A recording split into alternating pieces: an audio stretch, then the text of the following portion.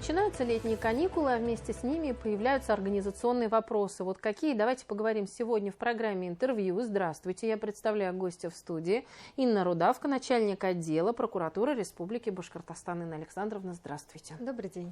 Вот мы с вами откроем тему, это летние каникулы, начинаются, да, прекрасное время, но это время, когда и появляются вот такие вот некоторые организационные вопросы, да, так вот мягко, интеллигентно, деликатно назовем, но, однако, давайте обратим внимание на то, какие вопросы возникают именно в связи с отдыхом детей и подростков.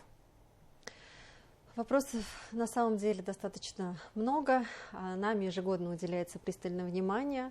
Проверки проводятся как перед началом организации летней оздоровительной кампании, так и в ходе ее проведения. То есть заблаговременно у нас дается оценка достаточности финансирования, принимаемых мер по подготовке учреждения к заезду детей.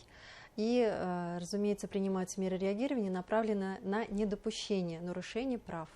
И результаты нашей надзорной деятельности говорят о том, что ряд нарушений, которые ранее имели место быть и были распространены, они на сегодняшний день уже практически остались в единичных случаях. Вы сейчас говорите о детском оздоровительном отдыхе, о лагерях? Да, совершенно верно. Но сюда у нас относятся детские лагеря, санатории, где также дети проводят свои летние каникулы.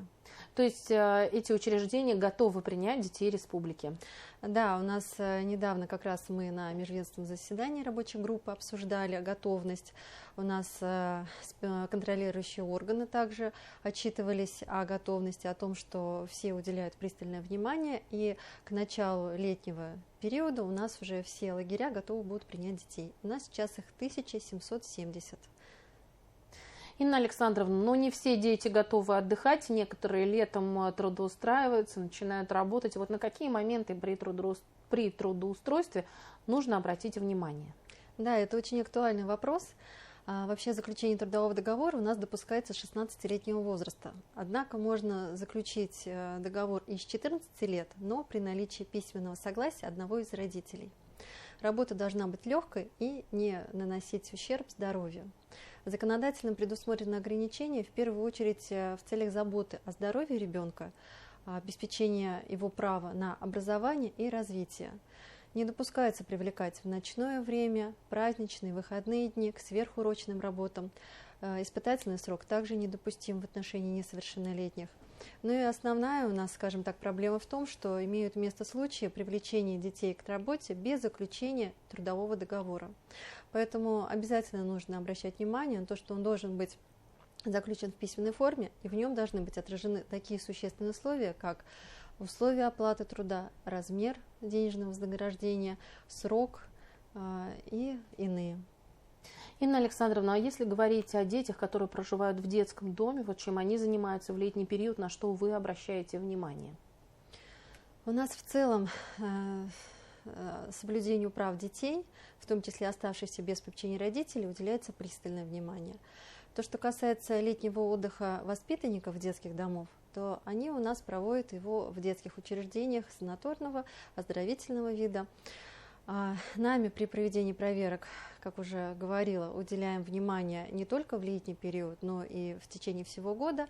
В детских учреждениях размещены соответствующие ящики прокурора, где воспитанник вправе оставить соответствующее обращение, но, как показывает практика, таких обращений к нам не поступало ни таким образом, ни в письменной форме, ни в устной.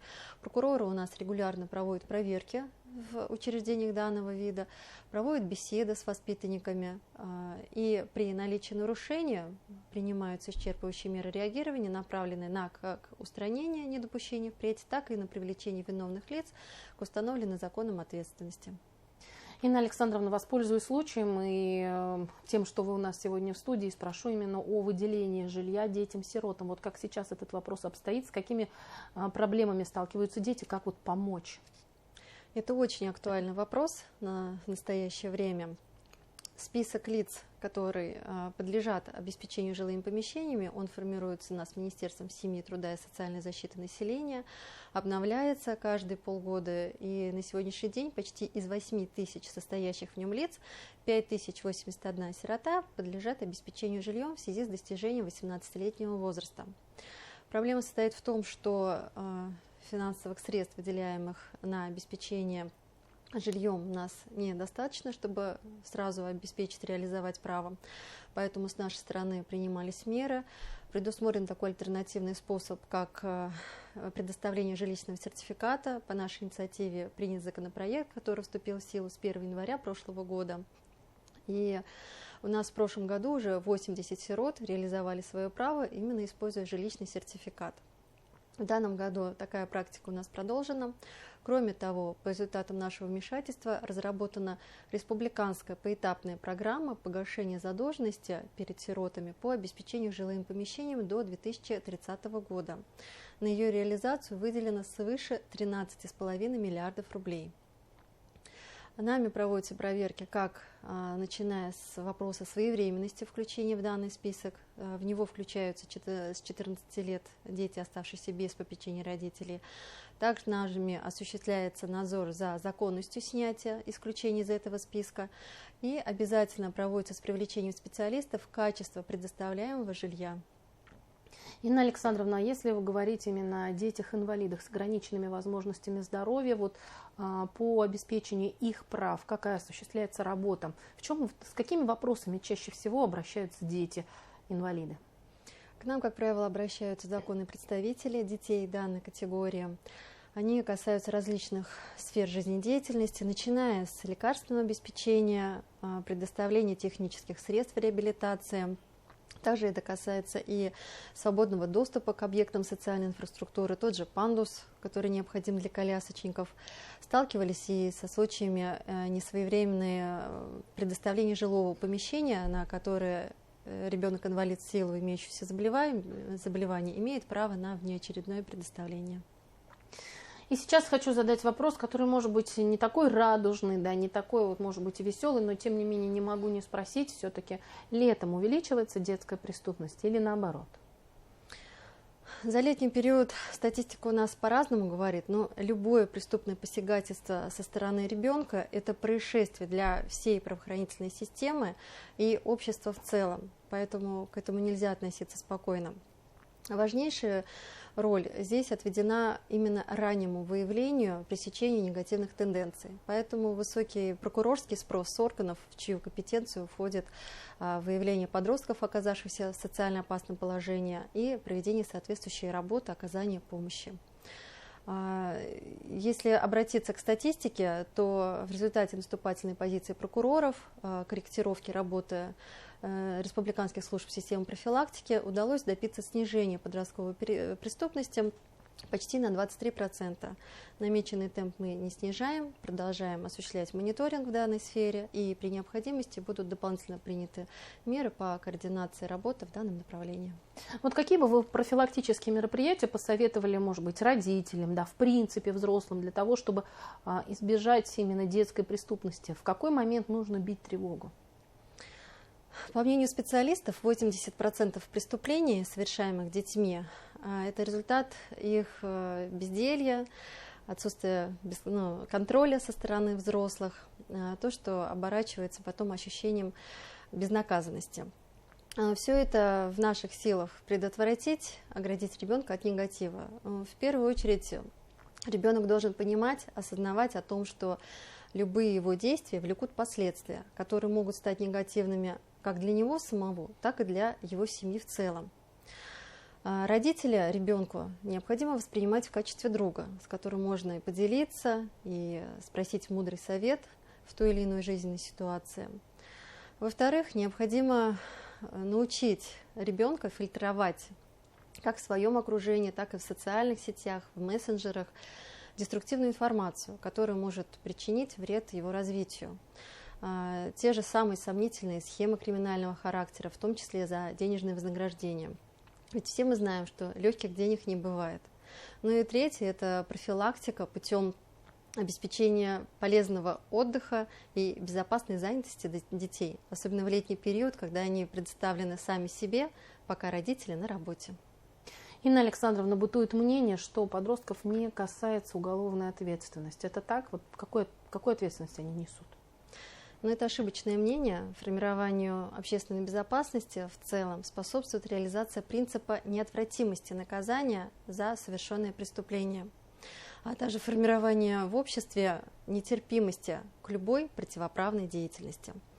Применимо к несовершеннолетним обращусь к закону. В частности, статья 20 Уголовного кодекса Российской Федерации определяет возраст участников преступления, которые подлежат ответственности за то или иное уголовно наказуемое деяние. Если подросток к моменту совершения преступления не достиг возраста привлечения к уголовной ответственности, то он может быть привлечен и помещен в специальное воспитательное учреждение закрытого типа. У нас в республике их 2. В Туамазинском районе для мальчиков и в Ишимбайском районе для девочек. Насколько вообще высока частота попадания туда детей? К сожалению, такие факты есть. Несмотря на проводимую работу по раннему выявлению, пресечению, все-таки такие случаи есть. У нас учреждения занимаются работой. Сказать о том, что там содержится единичное количество детей, будет неверно. Ну и все-таки, наверное, нужно обратиться прежде всего к родителям для того, чтобы в летнее время особенно, конечно, детям нужно уделять внимание круглый год, но летом особенно. Да. Какие бы вы дайте советы нашим взрослым зрителям, да, родителям, которые ответственны за детей? Вот прям вот такие опорные точки, да, которые обязательно нужно соблюдать. В первую очередь позитивность простого, живого общения с ребенком.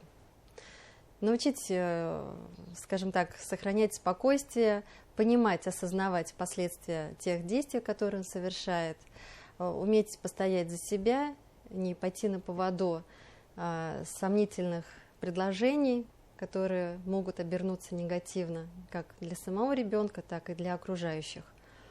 Ну, это в первую очередь такие. Спасибо большое, Инна Александровна, что пришли сегодня к нам в студию. Может быть, вот это вот такие простые слова, да, кажется, даже элементарные, но еще раз о них напомнить и взять себе на заметку, наверное, это будет правильно. Спасибо огромное. Спасибо. Инна Рудавка, начальник отдела прокуратуры Республики Башкортостан, была сегодня у нас в студии. Спасибо, что были с нами.